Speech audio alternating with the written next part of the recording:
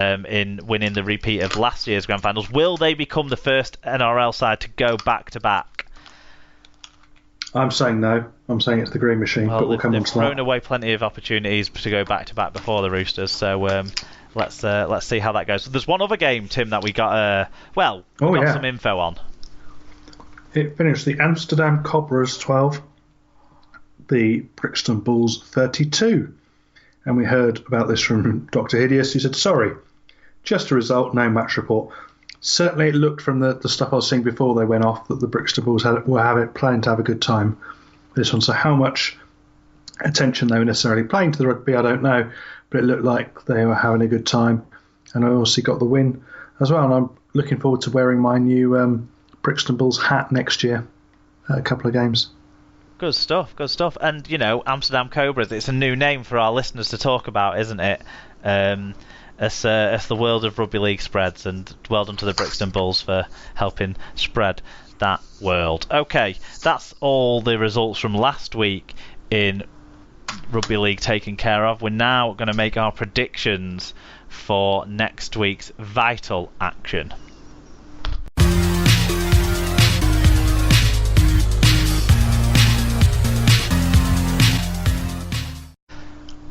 Okie dokes, Tim. It's Super League playoffs now.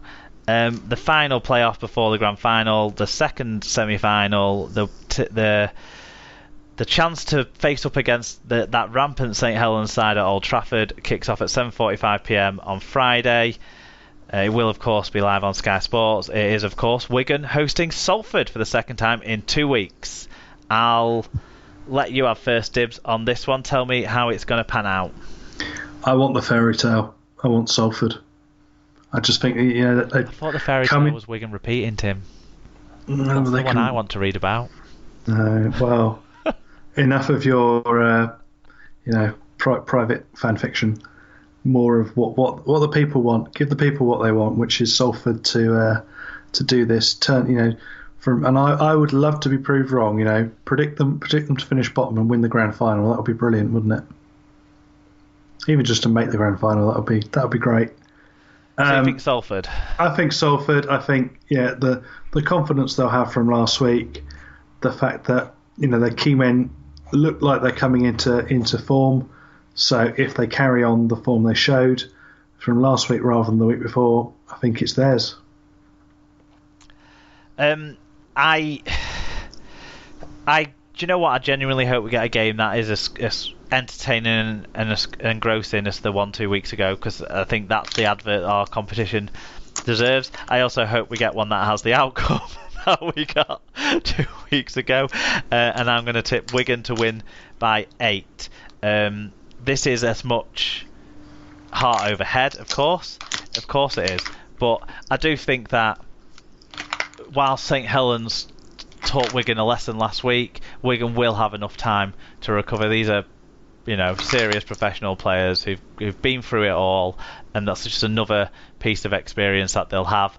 I am confident that Wigan will just about have enough composure, experience at the right times. It does all depend on how much Sam Powell can be effective in this game, if he can at all be effective in this game, and because he's been crucial to Wigan, and it wasn't ideal last week. Or to add to that we can have someone else to come into dummy half and it not disrupt Williams and Luluai, because then that shouldn't be as much of an impact on the team. I do hope that Wigan have it a bit better in the forwards in this game. I'm sure that Salford will end up with the bigger running meters in the forwards. They tend to do than Wigan. Wigan's forwards think they're there to tackle. It's something that Wigan are addressing for 2020, but not something that they can address between weeks at this stage of this season. I do wonder if Wigan will change up maybe one or two of those young players, because as well as Sam Powell missed a lot of tackles, Liam Byrne and Ollie Partington missed a lot of tackles in this game and looked very tired very quickly, I have to say, when they were on the field. So I think Wigan will be clever enough to address some of their problems. Salford, whilst riding high on confidence, will come up against a Wigan team that will reset, and I'm backing my boys. Why turn up otherwise, eh? Yeah, exactly. It's the hope that kills you. In the Championship Grand Final, Yeah, Toronto, the big prize of promotion to the Super League. Yeah, Toronto against Featherstone. This is Saturday evening for everyone in the UK, Saturday afternoon for everyone in Toronto. Work it out for yourselves if you're in Australia or beyond. So, it feels a little bit... In a weird way, I feel Featherstone might have more of a chance in this than Toulouse would have had, because Featherstone have been to Toronto and won before. They've been very competitive against Toronto before, and they're just in this weirdly fantastic away run of form in this playoffs. Having said that, Toronto are clearly the best side in this competition, aren't they? Yeah, and I think the cumulative back-to-back travelling is going to mount up on Featherstone. Bearing in mind that they're mostly part-time, most of them will be putting in a couple of shifts at work in between. I think it could be too much for them. And I just think part of it is going to be how good Toronto are with the cast of stars they've assembled. Yeah, watching Toronto against Toulouse, I didn't get the feeling that this side will slip up like last year's side did at this stage. I feel like they've put together a more cohesively assembled group. They've got a group that can do a little bit more than last year. If they have to change the game plan, they've got more ability to do that, I think. And in those centres of Super League class that they've got, those outside backs are all, in fact, well capable of performing at Super League level.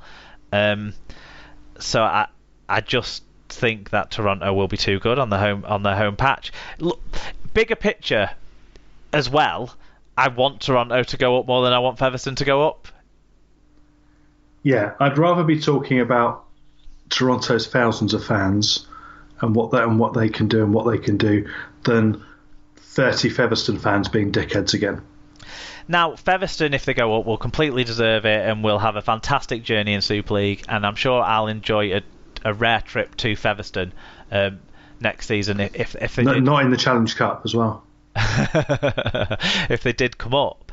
And it will be a good reward for the people behind the scenes at Featherstone, who I think have ran the club quite well. But there's two things about Featherstone that, and don't get me wrong, there's concerns about Toronto's long-term viability because it's such an expensive enterprise. There are question marks over whether it's the right thing to do to have people travelling across that distance on a weekly basis. I don't have as much of a problem with it as lots of other people do. I think these are professional sports people who have professional groups behind them who can work out the best way to do all of that. It's not ideal for fans who want to go to every game, but then again, how many fans of rugby league clubs ever would think to go to such a fantastic city as Toronto? And I would say everyone should take their opportunity to go to such a fantastic city as Toronto, an area as Ontario. But I absolutely loved it, and it was, as an experience, it was brilliant, and I'd love to go back and do it properly as a fan and properly enjoy it rather than working. And it was, we're made to feel so welcome, and it was just completely different to anything I've ever experienced in any other environment. And it's the potential as well, isn't it? Exactly. That joy that you felt, that lots of other people have felt, that the Toronto fans we know feel and definitely convey, but it's the potential, isn't it, Tim? Exactly, and just that complete difference and that blend of North American sport into our sport, and I think there's so much we can learn just in the presentation of sport from that. That and the fan experience and looking after your fans. I would say certainly, yeah. It's just so different, and just all the things they do, because they make every game an event. You look at all the things they do, like Heritage Day. They really think about it, and they put people behind and put some proper thinking into how do we make this game do something other than just the 80 minutes on the pitch. Yeah, I mean, we're talking about a former pit village of 14,000 people that is part of a larger city of about 450,000 people in the city of Wakefield. Now that already has 2 Super League clubs from that city of Wakefield population, so adding a third one into that mix, it's not like okay, Featherstone might get more than the 2,000 average they get because they'll have more away fans going to games for a start. But and we would hope that they'd be better behaved because it'd be a more of a joy-filled experience because they're kind of in a way where they shouldn't be for such a small club from such a small town. But really, any playing talent that comes out of that small town will find its way to the top level anyway. Featherstone Lions have consistently produced. Well, they're not going to have to go far, are they? No, they've consistently produced brilliant players for other teams at the higher level. Okay, there's not really any growth. I saw an argument from one of our super listeners, Fatboy Rob, that how would Wigan and Saints and Hull and Leeds fare if they were out of the Super League contention for 2 decades, or the top level for 2 or 3 decades? For you lose a whole generation of fan base. Well, yeah, but Wigan's population's 400,000 or whatever 300,000, sorry, or whatever it is. St Helens' population's 200,000. Leeds' population's 450, 500,000, whatever. Do you know what I mean? We're talking. Yeah. We're not comparing like for like. We're comparing a little village with a big town. The percentage of people, that go, etc. Yeah. There's no real chance for an explosion here in any way, shape, or form. They will not add commercial value to our product. They might add ability to get to games for fans to our product. They might add a nice feeling, because it is a nice feeling when these clubs get promoted. It was a nice feeling while it lasted at Lee until Derek blew that up. I'm not anti Featherstone Rovers, but I'm for seeing something new that has more potential. Yeah, it might fall flat on its face, the whole Toronto thing, in 5 years' time, and if it does, so be it. But can we not enjoy it whilst it does last if it only lasted for 5 years anyway? Because they are adding to the player pool for Super League. Featherstone Rovers are not doing that. They are and I'm not saying because of all the North American players, that's yet to come. But they're signing NRL players. Featherstone can't do that, even with the Super League. And then they're talking about being able to bring in players from Rugby Union that the rest of us can't bring in. Yeah, they don't. It's just the proceed. And I hate to hark on about it, but the commercial value. If you say to a sponsor, you've got a potential to unlock a bit of the North American exposure as well. And that's gold mine, absolute gold mine. The one thing that you can argue it and counter is, okay, how many Sky subscriptions can you sell in Toronto? But equally, surely everyone that wants it has got it in Featherstone by now. So it's not like there's going to be suddenly people go, oh yeah, because Feather on every week, I'm gonna buy Sky. No, I have nothing other than the really appalling behaviour from a number of their fans in a number of instances this season, and the mentality of calling out. The refs' fault mentality when around the playoffs and looking into the referee's lineage and all that stuff. It's given the team on the field have been able to use it as a motivating factor. They might not have been as successful in this playoff run if they didn't have that motivating factor of the late no tries against Toulouse the week before the playoffs. But every credit to Featherstone for what they've done. We've banged the drum for how great that club's been run at times. We were involved in making sure they got on Talk Sport one time. I don't know if people remember this, but there was Colin, when Colin what's his face was on Talk Sport. Northern Irish Colin Murray. I met Colin him. Murray. Yeah.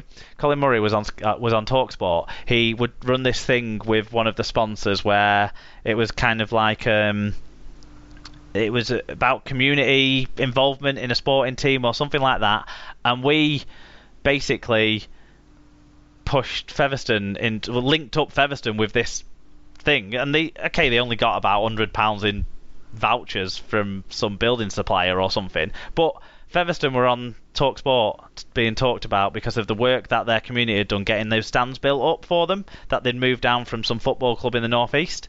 And Scarborough, wasn't it? Yeah. So we're not anti-Featherstone Rovers here, don't get me wrong, I want to see what can happen, and it might go all tits up with Toronto. It really might, and I would have preferred Toulouse to come up if I'm being completely honest. If I had it my way. I'm on board with